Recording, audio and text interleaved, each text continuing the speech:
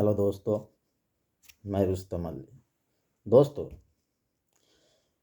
इस देश में अब पहले के जैसा कुछ नहीं रहा। जानते हैं क्यों ना? क्योंकि इस देश को अनपढ़ गंवार लोग चला रहे हैं। भीमराव अंबेडकर ने उस संविधान के अंदर सिर्फ एक गलती कर दी। एक गलती भीमराव अंबेडकर ने यह कर दी है, संविधान में उन्हें लिख देना चाहिए कि इस देश को पढ़े लिखे लोग ही चला सकते हैं, अनपढ़ गंवार नहीं चला सकते हैं। जानते हैं क्यों? क्योंकि ये कम पढ़े लिखे जो मंत्री जी हैं, अपने जबान से कब क्या बोल दे कोई नहीं जानता है। यही भाजपा के नेता इस बिहार में बहन बेटियों का रेट लगा रहा है आजकल, और ये देश वाला सोया हुआ है। इन पागलों को पता ही नहीं कि गुलामी किसे कहते हैं।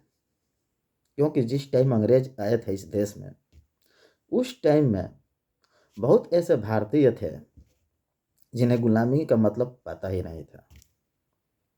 आज भी इस देश में सरकार तरह तरह के योजनाएं निकाल करके लोगों पर अत्याचार कर रही है, फिर भी लोगों को समझ में नहीं आ रहा है कि ये देश अब हम लोगों के हाथ में नहीं है, एक ऐसे शक्ति के हाथ में है जो जब चाहे तब इस देश को बेच सकते हैं। आप लोग देख नहीं रहे हैं, जमीन से लेकर के जंगल तक, यहाँ तक के पहाड़ तक, ये सरकार वहाँ तक पहुँच गई जहाँ प्राकृतिक इस धरती को देख रेख करने के लिए भी कुछ चीज़ें बनाई है। अगर सरकार पढ़ी लिखी रहती तो कुछ भी करने से पहले इस देश में थोड़ा दिमाग जरूर चलाती। मगर इस देश में जो हमारे देश के प्रधानमंत्री हैं, उन्हें पता नहीं क्या हो गया है। वो देश के बारे में कम सोचते हैं और पूंजीपतियों के बारे में ज़्यादा सोचते हैं। मूर्ख बनाने के लिए इस देश में हिंदू लोग हैं, और हिंदू लोग जब कोई आवाज़ उठा रहे हैं तो मुस्लिम लोगों को टारगेट कर रहे हैं। ये लोग देश चलाने नहीं आए हैं, अंग्रेज के नीतियों के द्वारा इस देश को लूटने आए हैं, और हम सब मिल करके अपने देश को लुटवा भी रहे हैं। अब तो इस देश में ऐसा हाल हो गया है कि कोई भी नेता कुछ भी बोले, इस देश के लोग आवाज़ नहीं उठा सकते हैं। ऐसे ही एक विदेशी बोल रहा था कि अब समझ में आया है कि ये देश क्यों गुलाम था। क्योंकि इस देश में कुछ भी कर लो, कुछ भी कर दो, इस देश के साथ इस देश का कोई भी आदमी आवाज़ नहीं उठाने वाला है। पहले के लोग इस देश के दीवाने थे। जानते हैं अब के लोग इस देश में किसके दीवाने हैं?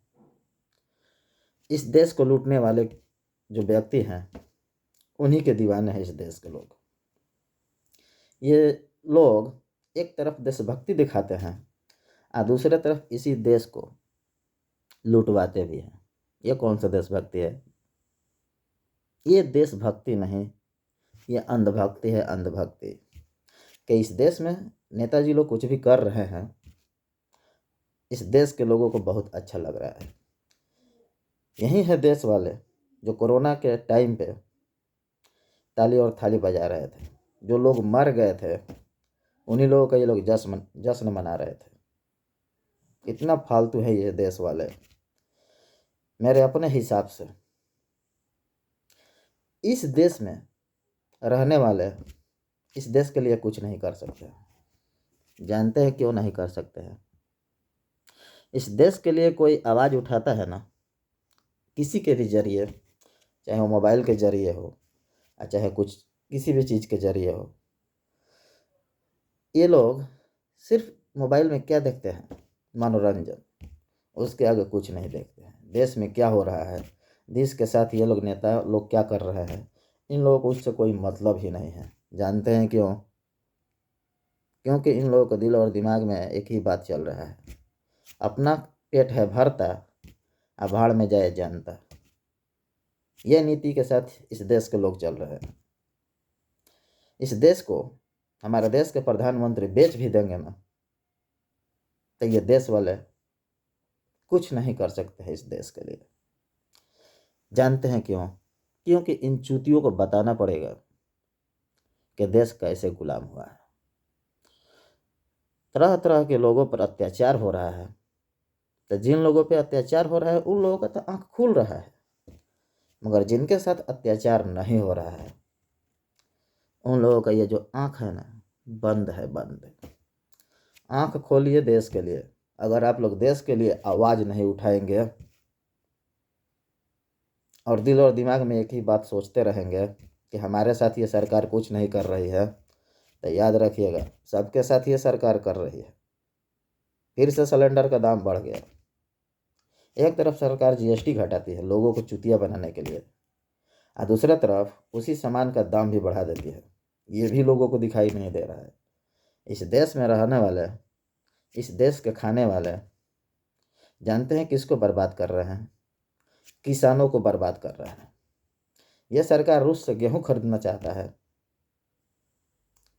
और यहाँ का जो किसान है उसका गेहूं कौन खरीदेगा? ये सरकार दूसरे देश को बढ़ावा दे रही है, अपने देश को बढ़ावा क्यों नहीं दे रही है? ये सरकार यहाँ के लोगों को चूतिया समझ ली है। हकीकत में सारे भारतीय आज के टाइम में चूतिया ही है। इस देश के लिए सिर्फ एक ही आदमी आवाज़ उठा रहा है, जिसका नाम है राहुल गांधी। वह व्यक्ति इस देश के लिए अगर आवाज़ नहीं उठाता तो इस देश को अब तक ये लोग बेच करके जा करके विदेश में शिफ्ट हो गए होते।